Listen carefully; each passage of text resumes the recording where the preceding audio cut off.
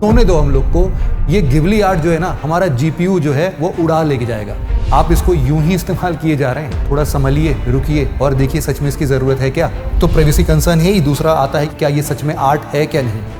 इनको बोला जाता है कि भाई साहब जो ये गिबली आर्ट है ना, बेसिकली इनकी देन है और इन्होंने बड़े मुश्किल से, बड़े शिद्दत से, क्या इनकी मेहनत है? हाँ, इनकी मेहनत होगी, लेकिन इससे कई ज्यादा मेहनत उन इंसानों की है जिसने ऐसे आर्ट को प्रोड्यूस करने के लिए दिन रात लगाए होंगे, अपनी स्किल डेवलप की होगी। कहानी की शुरुआत होती है 26 नवंबर 2024 से, जब हम लोग को एक बहुत ही यंग रिसर्चर जो कि इंडियन ओरिजिन से थे, वो अमेरिका में ओपन के अंतर्गत रिसर्च कर रहे थे और उनकी डेड बॉडी पाई जाती है उनके अपने स्टूडियो से। सिर में गोली लग गई थी। क्यों गोली लगी थी भाई? क्योंकि ये एक विसल ब्लोअर जैसे काम करने लगे थे।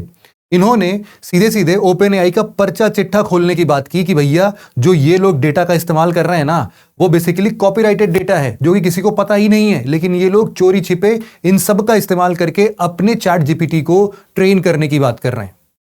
तो ये तो एक मुद्दा था, सिर्फ हमारे लिए मुद्दों की कमी थोड़ी ना है। ऐसा आखिरकार आपके सामने गिबली आर्ट का भी बहुत बड़ा मुद्दा है। ये मुद्दा ग्लोबल लेवल पर इतना ज्यादा बड़ा हो गया कि सैम अल्टमैन को अल्टीमेटली माफी मांगनी पड़ी और माफी क्या, हाथ जोड़कर रिक्वेस्ट करनी पड़ी कि भैया बंद करो, सोने दो हम लोग को।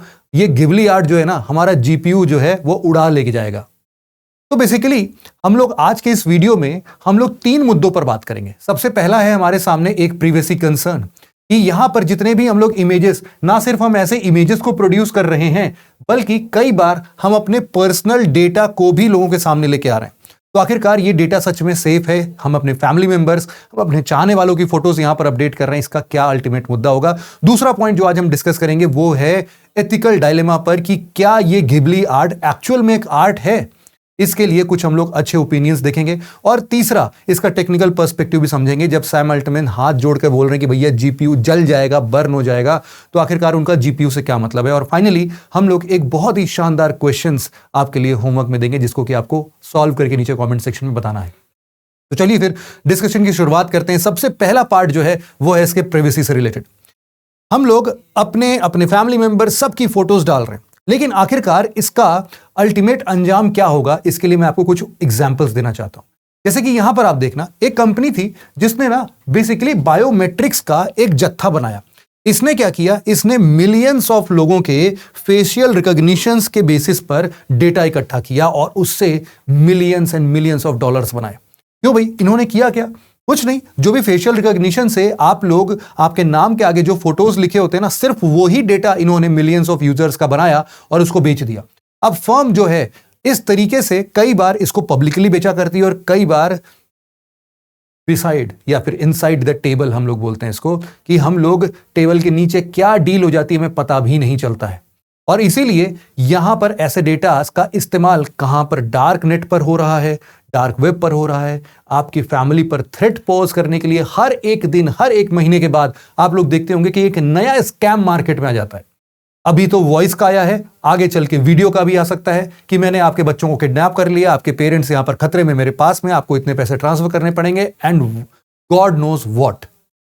अब इसके अलावा इतनी सारी चीजें होंगी ना कि आपको भी समझ में नहीं आएगा। और इसीलिए गिबली आर्ट बनाने के लिए हम लोग को बड़ा रोचक तथ्य लगता है कि यार, कि मजा आ जाता है। हम लोग अपने नॉस्टैल्जिक वे में बिल्कुल पुराने बचपन की यादें ताजा करते हैं कि यार बचपन में हम लोग ऐसी मूवीज देखा करते थे, ऐसे कार्टून्स देखा करते थे, बड़ी बढ़िया लग रही है यार कि बिना किसी मेहनत के, बिना किसी आर्टिस्ट को 1000-500 रुपए दिए हमारी फ्री फंड में ऐसी इमेज बन जा रही है जिसका इस्तेमाल हम लोग कर सकते हैं। But nothing is free in this world, everything comes with a cost, और वो कॉस्ट ही हम लोग को नहीं पता है फिलहाल अभी के लिए।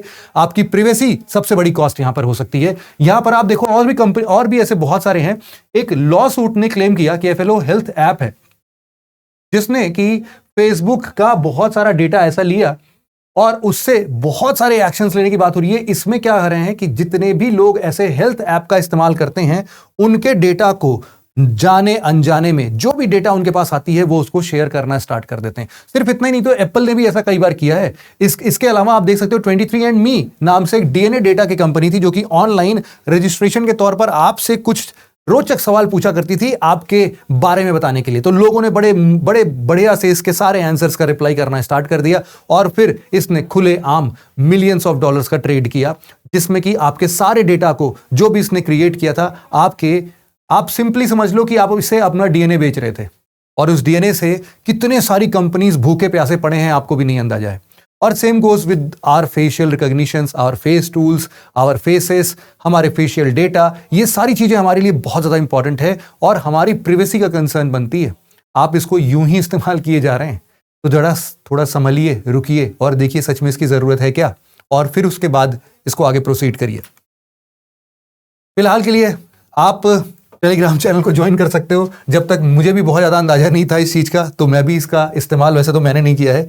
ये सारे जो फोटोज़ हैं ये सोशल मीडिया पर ऑलरेडी पड़े हुए हैं मेरे, तो उनका इस्तेमाल करके किसी स्टूडेंट ने ही मुझे भेज दिया इसे। तो लोग ना इसका इस्तेमाल कर रहे हैं अपने फेमस लोगों को, अपने प्यारे लोगों को इमेज में कन्वर्ट करने के लिए।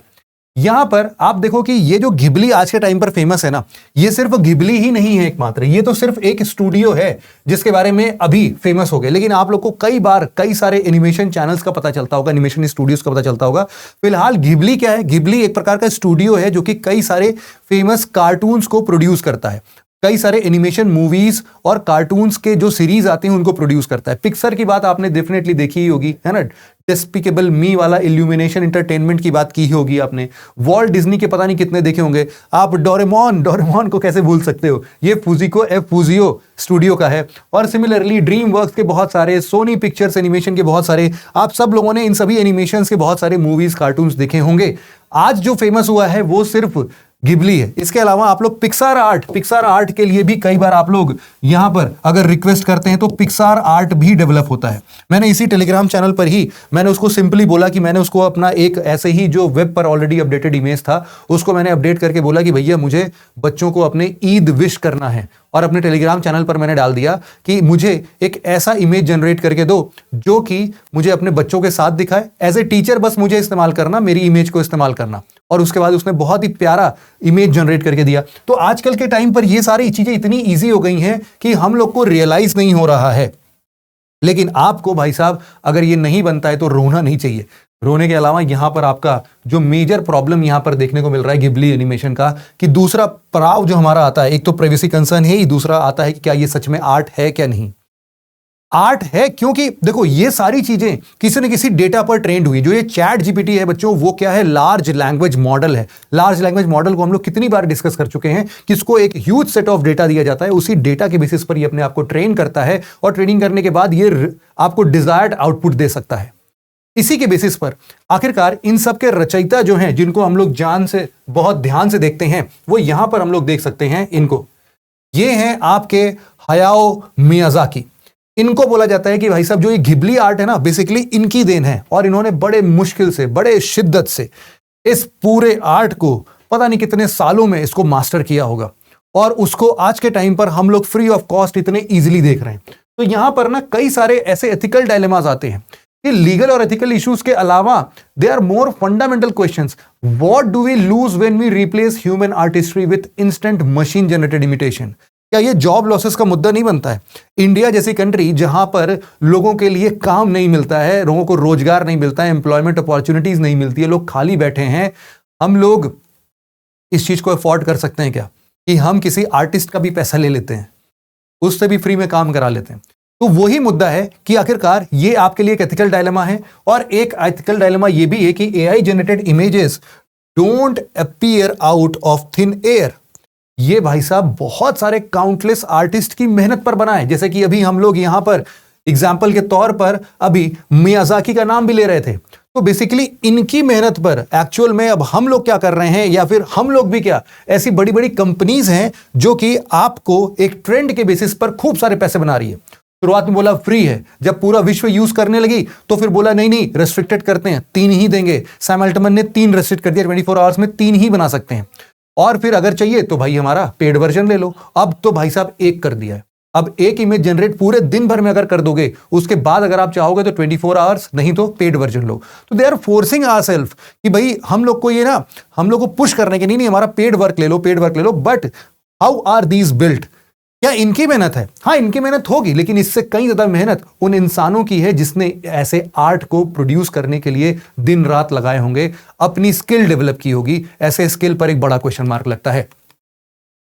यहां पर हम लोग देख सकते हैं कि अभी इन्होंने क्या बोला कि भाई साहब, ये बहुत ही खुशी की बात होती है जब हम लोग अपने आप के लव्ड वन की इमेजेस को ऐसे गिबली आर्ट में देखते हैं, but are GPUs are melting. भैया माफ करो, बट अब मत करो, we will be restricting something. इन्होंने बोला कि तीन जनरेशन पर डे पर हम लोग रेस्ट्रिक्ट करने वाले हैं, अब तो एक ही कर दिया इन्होंने। तो बेसिकली यहां पर हम लोग देखते हैं कि आखिरकार जीपीयू आखिर है क्या।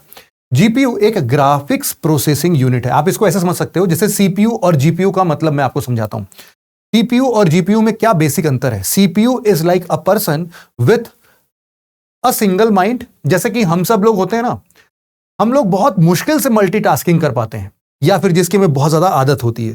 तो सीपीयू समझो एक ऐसा ही ब्रेन है जो कि मल्टीटास्किंग नहीं बल्कि सिंगल टास्क पर बिलीव रखता है एट अ टाइम। तो उसको आप अगर बंच ऑफ डेटा देते हो तो वो उसको एक एक करके धीरे धीरे करके सारा सॉल्व करके आपके सामने देगा। हालांकि इस पर भी बहुत सारे डेवलपमेंट्स हुए हैं, लेकिन जीपीयू का सबसे बड़ा टास्क ये होता है कि भाई साहब उसको आप मल्टीपल टास्क दे दो। मल्टीपल टास्क को वो छोटे छोटे छोटे छोटे कंपार्टमेंट्स में डिवाइड करके सबको एक साथ ही रन कर देगा। जैसे कि वीडियो को रेंडर करना, ये एक प्रकार का जीपीयू का काम हो सकता है। आपकी गेमिंग्स में बहुत सारी चीजें चलती हैं। सिमिलरली पहले आप अगर देखोगे तो GPU has become one of the most important component of today's modern computer world. यहां पर धीरे धीरे सबसे पहले इसकी शुरुआत जो हुई थी वो गेमिंग जोन से हुई थी, कि जब गेम्स में बहुत सारे एनिमेशंस, कैरेक्टर्स और बहुत सारे एनिमेशन साथ में चलते हैं तो उस टाइम पर जीपीयू काम आता है। बट धीरे धीरे धीरे धीरे हम लोग इस जीपीयू का इस्तेमाल करने लगे आर्टिफिशियल इंटेलिजेंस में, और आजकल के टाइम पे जितने भी एलएलएम्स बने हैं उन सब के लिए ये ग्राफिक्स प्रोसेसिंग यूनिट जीपीयू बहुत ज्यादा इंपॉर्टेंट है। इसके बिना वो रन नहीं कर सकते। हालांकि एक अभी थोड़ी दिन पहले एक और ऐसे ही हलचल मची थी जब डीप सीक का नाम आया था। डीप सीक ने बोला था कि हमारे एआई को ट्रेन करने के लिए या फिर हमारे एआई को चलाने के लिए इतने जीपीयूज की जरूरत नहीं पड़ती। उन्होंने ओपन सोर्स कोड भी सबको बिल्कुल फ्री में बांट दिया था। तो एक क्वेश्चन मार्क है, बट स्टिल अगर आपको बहुत ज्यादा प्रोसेसिंग साइमल्टेनियसली प्रोसेसिंग करनी है ना तो आपको जीपीयू की जरूरत पड़ती है। वो आपके सिस्टम में, एडवांस सिस्टम में भी हो सकता है और ऐसे आर्टिफिशियल इंटेलिजेंस में भी आपको मिलेगा। इसका बेसिक मकसद ही है कि जितने भी 3D वीडियोस या 3D ग्राफिक्स की रेंडरिंग है उसको एक्सेलरेट कर दो भाई साहब। कुछ नहीं मिलता है तो मतलब कि आपको कोई भी प्रोग्रामिंग करनी है या फिर आपको कोई भी नए प्रकार के कंप्यूटिंग परफॉर्मेंस के बेसिस पर आपको गेमिंग के जोन पर जाना है या फिर वीडियोस का बिल्कुल 3D इमेज क्रिएट करना है, इन सभी चीजों के लिए आपको जीपीयू की बहुत ज्यादा जरूरत पड़ सकती है, इंक्लूडिंग आर्टिफिशियल इंटेलिजेंस के प्रोसेसिंग से रिलेटेड, जहां पर पैरेलल प्रोसेसिंग बहुत ज्यादा होती है। जैसा मैंने बताया कि जीपीयू और ग्राफिक्स कार्ड में फिर क्या अंतर है, इसके पहले मैं आपको सीपीयू का भी अंतर समझा देता हूं। सीपीयू और जीपीयू में तो वैसे हम लोगों ने देख लिया कि सीपीयू एक प्रकार का सिंगल ब्रेन है जो कि एक के बाद एक काम लेता है, जबकि जीपीयू सारे काम को मल्टीटास्क करते हुए एक साथ कंपार्टमेंट में डिवाइड करके दे सकता है। सिमिलरली ग्राफिक्स कार्ड का कई बार जिक्र होता है कि यार तुम्हारे सिस्टम में ग्राफिक्स कार्ड लगा है कि नहीं, आखिरकार ये क्या है। तो समझो ग्राफिक्स कार्ड ना एक पूरा सेट ऑफ कंपोनेंट है जो कि आपके या सीपीयू के अंदर में इन सब जगहों पर आपके या फिर जो भी आपका मदरबोर्ड जैसे है वैसे ही आपका एक ग्राफिक्स कार्ड आता है, जिसके अंदर वो कूलिंग फैन भी होते हैं, जिसके अंदर बहुत सारे वायर्स, बहुत सारे सिस्टम्स, प्लेट सब आते हैं। उसी का एक छोटा कंपोनेंट है ग्राफिक्स प्रोसेसिंग यूनिट। तो ये जो ग्राफिक्स प्रोसेसिंग यूनिट है ना वो ग्राफिक्स कार्ड का एक छोटा कंपोनेंट है जो कि एक्चुअल वर्क करता है। बट जीपीयू के अंदर में जो ग्राफिक्स मतलब ये जो ग्राफिक्स कार्ड होता है ये पूरा का पूरा एक समूचा सिस्टम है। अब इसी के बेसिस पर आपके सामने ये मैं क्वेश्चन देके जा रहा हूं, जीपीयू से रिलेटेड आपको ये क्वेश्चन सॉल्व करना है। आपके लिए पहला स्टेटमेंट, दूसरा स्टेटमेंट और तीसरा स्टेटमेंट है। आपको बताना है इनमें से कौन सा स्टेटमेंट सही है। आप स्लाइड को पॉज करिए और इसको जरूर से देखिए और नीचे कमेंट सेक्शन में मुझे बताइए कि आजकल के टाइम पर जो ये छोटे छोटे टाइम पर ही ये जो ट्रेंड डेवलप हो जाते हैं, आप इसको कहां तक सही मानते हैं। आपकी प्रिवेसी जिस हिसाब से छीनी जा रही है, आप इसके बारे में क्या सोचते हैं, क्या समझते हैं। और मुझे यह भी बताइए कि क्या आप ऐसे जगहों पर अपनी फोटोज अपलोड करने के लिए विलिंग है जो कि फ्यूचर में आपको भी नहीं पता कि उसको कितना गलत बनाया जा सकता है। और इसके आंसर्स तो जरूर से दे ही दीजिएगा। आज के वीडियो में इतना ही था। Thank you so much for listening it very patiently friends. Have a nice day.